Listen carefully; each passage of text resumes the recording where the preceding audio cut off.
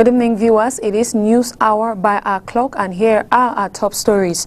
Today, 30th of September, we take you down memory lane as religious, economic, political, and many other stakeholders gathered in Yaoundé to cut the I's and dot the T's on the current socio-political crisis in the northwest and southwest regions of Cameroon. 2 years down memory lane from the Measure National Dialogue, what has been achieved so far? Details in a few seconds. And in health, according to statistics, COVID-19 infection rates in Cameroon are at a geometric increase as officials are worried about the nonchalant and carefree attitude of Cameroonians in respecting barrier measures. And those are our top stories. Once again, good evening, viewers. Thanks for watching the bilingual newscast. Our very first element is with the French anchor, Inès Pangan. Good evening, Inès. Bonsoir, Joséphine Binzi. Bonsoir à vous, mesdames et messieurs. Nous ouvrons cette édition par une actualité. En bref, le chef de l'État adresse ses condoléances à la famille de Sa Majesté, le sultan roi des Bamoun de Sa Majesté Mbombo Njoya, au gouverneur de la région de l'Ouest. C'est dans un courrier daté de ce 29 septembre 2021. Le président de la République reconnaît en l'homme décédé le 27 septembre 2021 à Paris, en France, un proche de longues années issu d'une illustre lignée qui aura assumé de hautes et nombreuses fonctions diplomatiques et ministérielles, une autorité traditionnelle respectée et souvent consultée pour sa longue et riche expérience des affaires publiques, un passionné de sport et très attaché à sa culture et un militant fidèle et loyal du Rassemblement démocratique du peuple camerounais. Et à ce propos, le sultan de Kousséri, Sa Majesté Mahamad Abad II, s'est rendu à l'ambassade du Cameroun au Tchad pour transmettre les condoléances de son peuple après le décès de Sa Majesté le sultan Ibrahim Mbombo Njoya. Ambiance à l'ambassade du Cameroun au Tchad avec vous, Olivier Bouzique. Ambassade du Cameroun au Tchad, le sultan de Kousséri est accueilli par le ministre plénipotentiaire Oumar Chinchari, accompagné d'une vingtaine de notables et grands dignitaires, ainsi que l'imam de sa localité.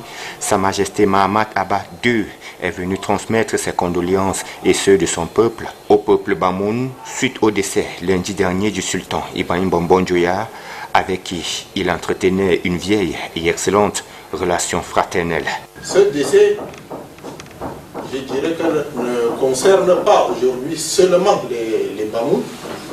C'est un décès qui s'inscrit dans un cadre national. Parce que le roi qui s'est retiré aujourd'hui a été plusieurs fois ministre dans ce pays.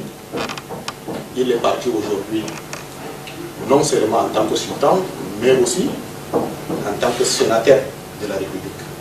Le roi qui s'est retiré a toujours gardé de très bonnes relations avec le sultanat de Kousséri. Et je voudrais que, à travers vous, vous transmettez déjà nos condoléances à toute la population du royaume de Bamoun, mais aussi à la famille durement éprouvée. Les deux sultanats partagent un lien culturel assez dense et représentatif. Autant les descendants des Sao vivent sereins dans le Noun, autant les peuples du Noun résident en harmonie avec leurs frères de Kousséri. Le ministre Oumar Chari, fils du Noun, a promis à ses hôtes de transmettre le message de condoléances aux siens.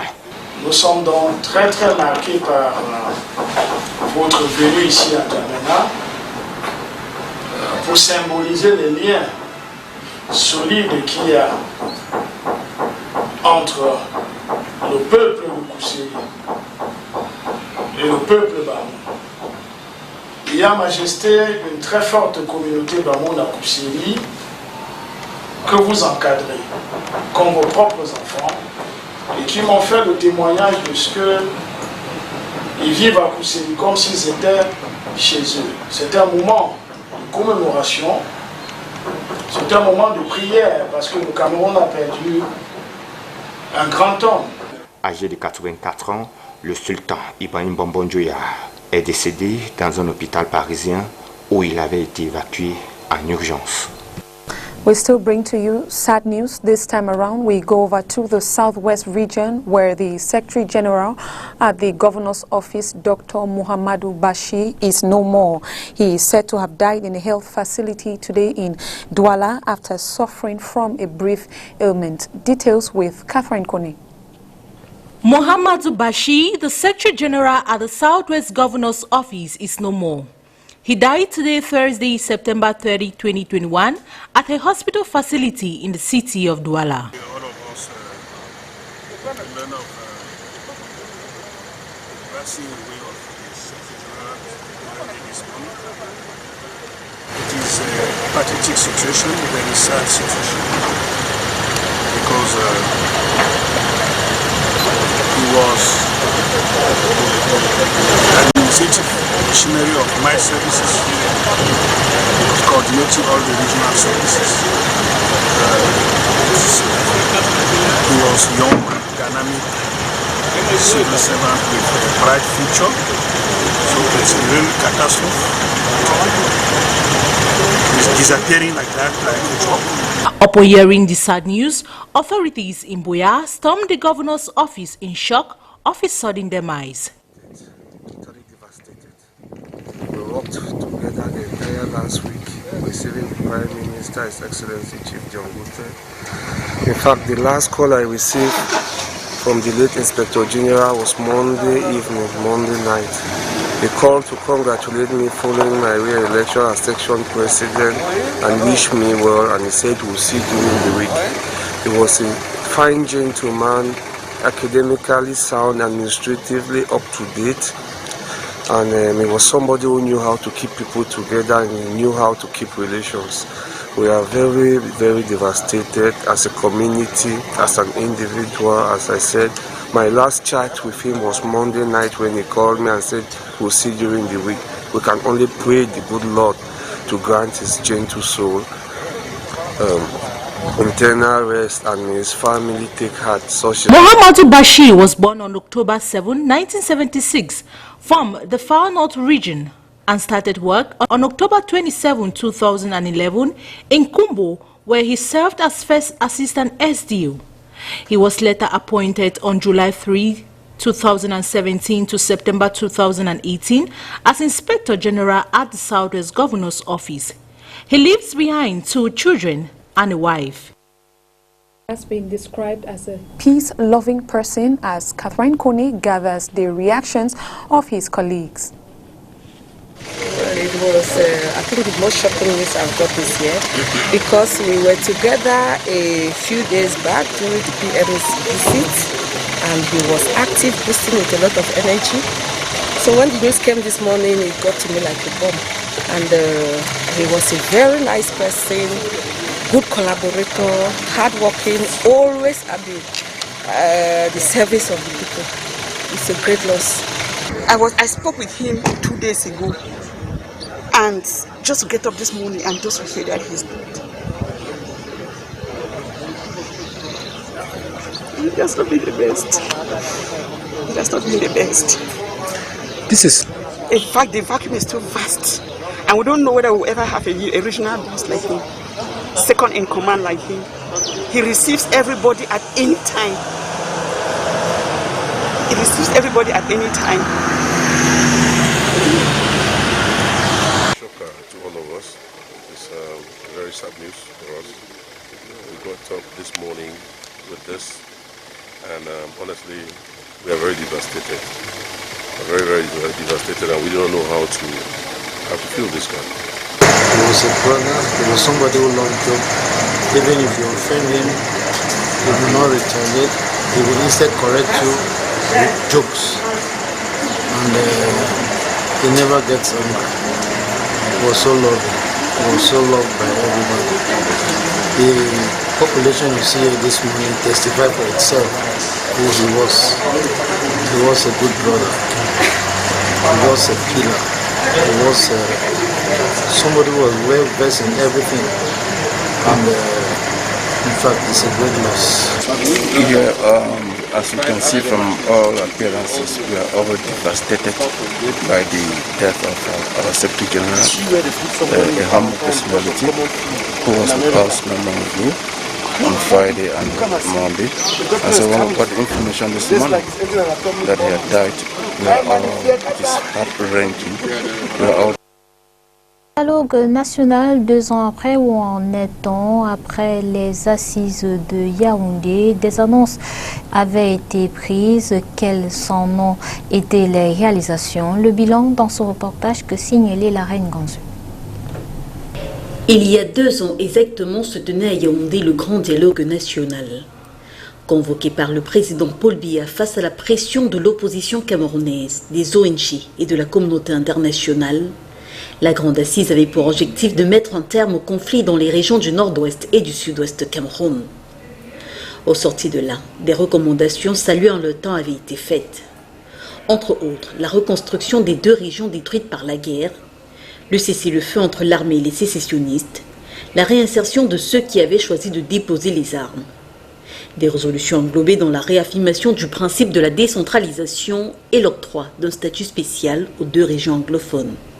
Les mois qui suivront verront le vote et la promulgation de la loi portant Code général des collectivités territoriales décentralisées. 333 personnes détenues dans le cadre de la crise dans ces 2 régions seront libérées. Le Comité national de désarmement, de démobilisation et de réintégration verra le jour et le poste de délégué du gouvernement supprimé.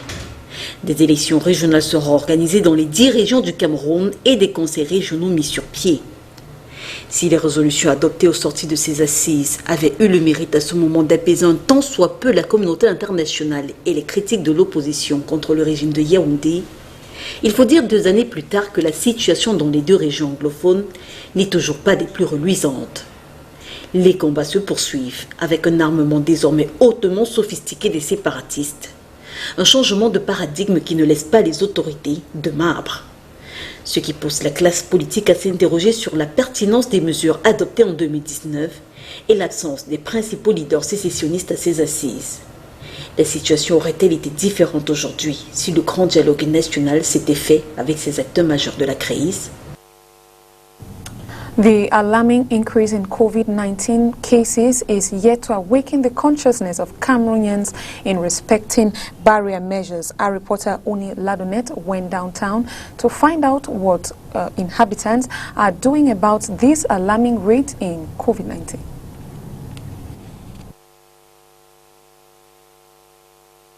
Coronavirus infections have spiked in Cameroon, with the highly contagious Delta variant spreading to more cities.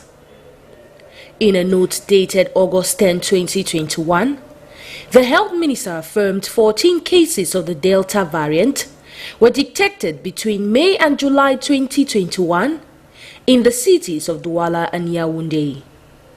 And 18 carriers of the same variant tested positive in the center, east, far north and northwest regions. Statistics which are still to convince Cameroonians of the existing pandemic. Here in Douala, economic capital of the country, barrier measures are continuously being flouted by individuals. Walking across the street, one can hardly spot someone with their mask on, as people get to interact freely without even adhering to social distancing. Very few still own a mask, as some public enterprises still oblige the wearing of face masks. However, not every association abides by this, as most supermarkets, stores, playgrounds no longer require these face shields as entry pass. In public transport, the same scenario repeats itself. The different hand wash posts established at the start of the pandemic are now a shadow of themselves. Despite efforts by authorities here in Douala to educate and sensitize the population on the pandemic and the need to respect barrier measures, many still choose to ignore the adverse effect of the COVID-19, refuting its existence in Cameroon. The government is now banking on vaccination as a shield against the now third wave of contamination. Cameroon has recorded more than 92,000 positive cases of the coronavirus pandemic, over 1,400 deaths, and about 80,000 recoveries. The more than 92,000 cases recorded stems from the English Alpha variant, the South African Beta variant, the Indian Delta variant, not leaving out the Eta variant. Coronavirus, le nombre de cas positifs est de plus en plus croissant au Cameroun. C'est une affirmation du ministre de la Santé publique Manaouda Malachi ce jour au cours du conseil de cabinet du mois de septembre 2021 présidé par le Premier ministre chef du gouvernement. Et à ce propos, nous avons interrogé quelques habitants de Douala sur l'existence du variant Delta, les informations qu'ils ont de ce variant du coronavirus. Nous les écoutons. Je suis bien au courant du nouveau variant coronavirus. Pour le moment, j'essaie tant bien que peu de me protéger, comme vous le voyez en ce moment, en arborant mon masque dans tous les lieux publics. Et lorsque je suis seul à la maison, j'essaie de désinfecter autant que possible les surfaces. C'est vrai que ce n'est pas évident dans un contexte comme le nôtre, parce qu'on est obligé de sortir pour avoir de quoi manger. On fait avec, on ne peut pas se protéger à 100%, mais on essaie de faire de notre mieux pour pouvoir nous protéger. Non, je ne suis pas quand même au courant de ça, mais je sais si où je suis, je me protège toujours avec mon cache-nez et je lave mes mains partout avec les angèles aussi. Bon, je suis au courant du variant Delta. Bon, il n'est pas aussi nouveau que ça, puisque je crois que c'est lui qu'on appelle aussi le variant indien, non? Voilà. Donc, il existe depuis un certain nombre de mois. Bon, je respecte les mesures barrières. Quand je suis dans un endroit fermé, je porte le masque et je lave mes mains régulièrement. Les sorties inutiles, j'évite. Je suis au courant du nouveau variant Delta, déjà parce que au lieu de service, là où je travaille, nous avons des collègues qui ont perdu des membres proches. On a une collègue qui a perdu pratiquement 3 personnes de sa famille et dû au Covid-19. Donc c'est pourquoi je respecte les mesures barrières. Je porte mon masque, je respecte les mesures de distanciation sociale, c'est-à-dire 1 mètre. Et je me lave toujours les mains à chaque fois que je sors ou bien que je rentre à la maison. And on to this brief ceremony to hand over assertive devices to physically challenged persons has taken place in Bonge, Meme division of the southwest region of Cameroon. The event at the municipal grandstand was presided by the mayor of the Bonge Council, His Majesty Chief Daniel Mata Makumbe, handing over the items to the beneficiaries. The mayor called on them to henceforth make use of these items as well as good citizens of the country and enhance their daily activities. We continue this newscast in the French language with Inès. Effectivement, Joséphine Binzi, nous parlons sport. Se dirige-t-on vers une annulation du processus électoral actuel à la Fédération camerounaise de football? La question se pose au vu des différentes contestations émises par certains acteurs du football. Dans la foulée, la Chambre de conciliation et d'arbitrage du Comité olympique du Cameroun a invalidé la décision prise par la commission de recours de la FECAFOOT qui a rejeté la requête du candidat Emmanuel Mabouan Kessak, requête qui contestait la liste électorale dans les départements. Makeda Lidi Newton. L'on se dirige visiblement vers l'annulation du processus électoral en cours à la Fédération camerounaise de football FECAFOOT. En effet, la Chambre de conciliation et d'arbitrage du Comité national olympique et sportif du Cameroun a annulé cette semaine la décision de la commission électorale de la FECAFOOT du 20 août 2021 portant publication de la liste des clubs des championnats départementaux saison 2020-2021 appelés à participer aux élections. Le 21 août, la requête introduite par le candidat à la présidence de la FECAFOOT Emmanuel Mabouan Kessak, qui dénonçait la présence de 42 clubs fictifs sur la liste électorale, a été rejetée par la commission de recours de la FECAFOOT pour absence de preuves concrètes. Ayant saisi la CCA en référé d'heure à heure, Emmanuel Mabouan Kessak a obtenu gain de cause. Face à cela, La FECAFOOT fait appel auprès du tribunal arbitral du sport. 21 septembre 2021, le TAS donne 3 jours à la FECAFOOT pour soumettre l'adresse postale complète du second intimé ou de son conseil, le cas échéant. Dans cet énième imbroglio juridique, Charles Mongué Mouyeme, consultant en communication et en marketing sur le plateau de la Nuit du Sport sur STV le 29 septembre, estime qu'il est plus simple pour la FECAFOOT de respecter les textes et autres sentences. Vous avez la légalité simple, banale, mécanique à appliquer. Vous estimez que non, nous on n'aime pas cette facilité qui est simple, qui est claire. On va aller se compliquer la tâche dans l'illégalité. C'est la situation. Tout le monde sait ce qu'il faut faire. Je dis bien tout le monde, mais tout le monde n'a pas intérêt à ce que ce qui doit se faire se fasse. C'est malheureusement le cas. Pour l'ancien membre de la FECAFOOT Fernand Nkam, les élections qui ont déjà démarré iront jusqu'au bout malgré les différentes contestations. Le fait que les instances du football mondial, à savoir la FIFA et la CAF, soutiennent l'intérimaire qui est là, il sera difficile qu'on ne fasse pas, qu'on n'organise pas les élections. On va aller jusqu'aux élections et on va repartir dans les juridictions. On sait que ça va échouer. Je dis que nous sommes dans une logique de conservation du pouvoir et soutenu avec l'onction de la FIFA et de la Confédération africaine de football. Ces deux institutions sont capables d'inverser la tendance à la FECAFOOT aujourd'hui. Démarré le 24 septembre dernier, les élections à la Fédération camerounaise de football doivent s'achever le 11 décembre prochain avec l'élection d'un nouvel exécutif à la tête de cette institution. Et c'est avec vous, Makeda Lydie Newton, que nous mettons un terme à cette édition d'information bilingue sur Spectrum Television. Merci d'avoir été des nôtres. Bonsoir, bonsoir Joséphine Menzi. Good evening to you and good evening to you viewers. Thanks for watching.